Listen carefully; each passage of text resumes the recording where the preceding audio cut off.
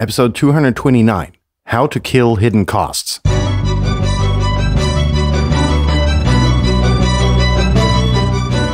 You're listening to the very best podcast in the world on health, wealth, and happiness. Please remember to leave a review and share with all your friends and family. And here is your host, Lars Hilsa.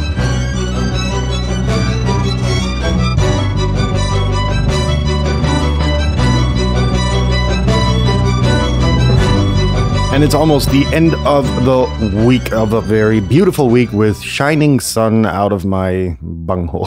Whatever. Welcome to the very best podcast in the world. Your only source in the universe for personal supremacy through health, wealth, and happiness. Choosing today's episode was kind of weird because while the title is, or couldn't be more accurate, it is a tidbit misleading in that we're going to talk about hidden costs today, which aren't necessarily of a monetary nature as you would expect. No. Took me quite some time to formulate that sentence. It's about costs, on your body, on your mind, on your time, and how to visualize and how to become aware of the costs and how to eradicate them. The last part is going to be quite simple, but none of that before we start with housekeeping. Item number one, sharing is caring. So if, this episode or any other, seem valuable to you, please share them, even if they don't, because there are going to be people out there who they will be valuable too. In fact, it was last week very brief time ago, that I got an email from someone that was totally new to the show and said, it was just so valuable. I simply found it in the feed of a friend of mine on a social network. And that was just so rewarding that I wish to bestow upon you, give the responsibility to you to share the content far and wide, simply because there are people out there who need help, especially in these times. And if this show can help them, and if they don't fall for one of the wallet rapists out there who will give you the same information but at a steep premium, please share it. It's free. It's going to stay that way. And there we go. I think, point made. Item number two on the list, views are my own, yada, yada, yada. Item number three, construction mode is ongoing, and it will be. So the episodes are going to be a bit briefer, which, may be welcoming, or maybe welcome to some of the listeners out there who will not want to listen to the full extent of my random ramblings. So, there we go. That being said, let's get started, right? So, we're going to go by three examples today, simply because it is just, it can be broken down to actually that. Item number one, which I found, was that, for instance, a Big Mac doesn't cost you $3.99, right? While, monetarily, yes, it costs your health, right? Anything that you put into your body to, could turn into energy, to then turn into productivity or creativity or whatever it is at the end of the day, is going to have an effect on your health. Some things more than others. And most so are those things that you put in your body, which are generally referred to as junk food. Yes, a Big Mac is a damn good thing. Not quite my department. I'm more of the McRib person, but you get the point, right? It's not about really that you should despise, the fast food, right? It's good every once in a while, but when you get rid of it from your life, not entirely, but you occasionally have one because they're good. You run across a Mickey D's, you go in, you get one of that's perfectly fine. I'm just talking about the people who make that part of their regular diet. And not only that, but, they switch places between all of the good chains out there, right? And that's devastating to your health. There's a great movie about that, or documentary about that, called Super Size Me, which I recommend anyone who, has fast food more than once a month, for instance. It's interesting the effect it can have on your body. But this isn't only to demonize the fast food places, but it's also about, any intake that you have, be it a pizza from the freezer or, whatever it is.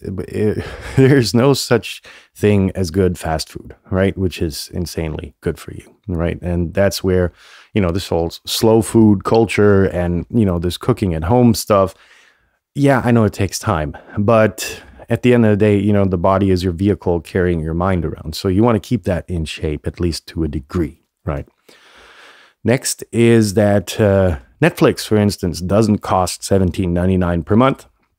It costs your time, and I've caught myself repeatedly getting stuck on, because the shows were so well made, and I, of all people, have so many lives running simultaneously. No, not multiple personalities necessarily, but the lives that I am running are in and of themselves so interesting and so diverse, right? That there is no real need for me to escape and to go into this comfort zone of living an alternate reality that is scripted by someone making the show. Now, don't get me wrong, there's very interesting stuff, and there are times when you should fry your brain a little bit, entertain yourself, right? To get a distance, to maybe get another view on things, right? In fact, some of the shows on Netflix are quite artistic, right? And the concept, for instance, of having a movie that is several hours, which would have never made it in Hollywood, could be split up into 8 parts of 1 hour, and therefore become what Netflix refers to as a limited series, for instance. Totally interesting concept that they made there, revolutionized, the television industry, let's call it that for a lack of better words, or the streaming industry, right? But their own productions are insanely well made, better so a lot of times than anything coming out of Hollywood. However, and that's the other side to it, it's going to catch up with you. It's going to suck you in. It's going to stay with you. It's going to be so interesting that you need to watch the next episode and the next episode and the next episode. And all of a sudden, boom, a long weekend is gone, right? I had that a very interesting experience quite a few years ago when I was on a project and somebody said, hey, you have to watch Breaking Bad. And I was like, no, sorry, don't got time for that. But then, I was home over the weekend, arrived Thursday night, Friday morning, turned on Netflix, and it was, I think, Sunday when I had to repack my suitcases to get on the plane on Monday that I had finished. I was just binging that stuff. And the weekend was de facto gone. I didn't work. Didn't get anything done, beside the very basics, like taking my suits to the dry cleaner, etc. But the weekend was de facto gone, where I could have been productive. I could have been around my family. I could have, had interesting discussions and discourses and whatever. But that was gone. Now it caught me very well, the series did, because it was like me growing up in the States, and all of the scenery and everything. It was just the camera. It was, like I said, quite artistic, and interestingly enough, it was like, wow, I got so blown away, not necessarily by the script, but by the interest of the camera angles and whatever. No, anyhow, long story short, lesson learned, weekend gone. Right? Because I binged that shit. So I'm not even necessarily tempted to go into those series. And I'm, very glad to have my better half, who is very responsible and says, hey, look, let's do an episode at a time, maybe 2, if we're good. And then then we'll step up and carry on watching the series that way. So we never do more than an hour, maybe an hour and a half per night. Last but not least, the misinterpretation that social media is free. And that's actually far from the truth, because, it not only does it cost, your private and personal data that you're giving to these data mongers, but at the end of the day, it costs your focus. And that's very important to understand. You're going to be so distracted by all of that hubbub going on that you're almost forcibly, no, not forcibly, that's the wrong word, but that you're forced to neglect other things in your life because you're so busy watching those likes and hearts and smiley faces and whatever pop up because of some crap that you posted. Now, don't get me wrong. For some people, that's a stream of income, right? If that's the case, and you need to attend to it, right? It's a totally different story.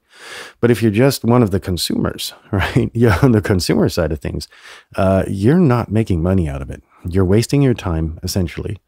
You can stay in touch with the folks around the globe nowadays, but you can do so otherwise. Pick up the fucking phone, like it's 1999, and just call them. Have a personal conversation.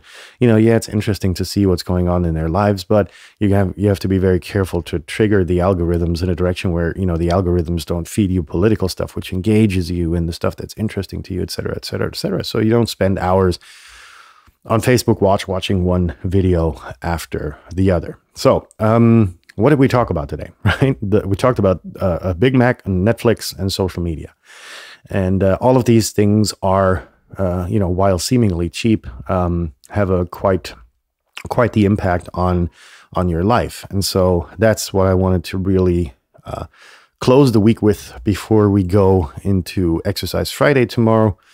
And I haven't really, there's 3 exercises which are on the program. One of them is going to be that. So in that sense, have a nice rest of your Thursday without a Big Mac, perhaps without Netflix, kind of detoxing. And if you've already had your rest of your Thursday, have a good night. Leave your hands above the blanket. We'll be in touch tomorrow with Exercise Friday. Peace out, folks.